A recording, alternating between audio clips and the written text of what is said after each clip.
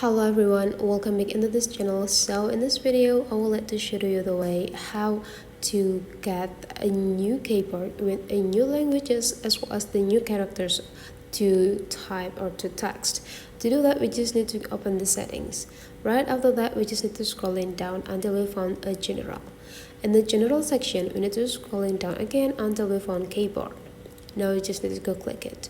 The next thing we need to do on the top line, there will be a keyboard information. We just need to go click it, and there will be show you the keyboard collections that you have. There will be in English, Indonesian, Arabic, Korean. This is my keyboard, and if you want to add a new keyboard, you just need to go click new keyboard, and you just need to find what language that you want to add into your keyboard. Let's say here I would like to use a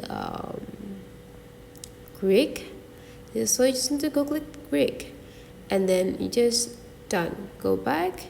How to check it? You just need to open your Apple Note probably, and then you just need to type it. And the way to change the keyboard, you just need to go click this globe, and the information of the language will be shown in the space bar. This is the English, Bahasa Indonesia, Arabic, Korean, and Greek.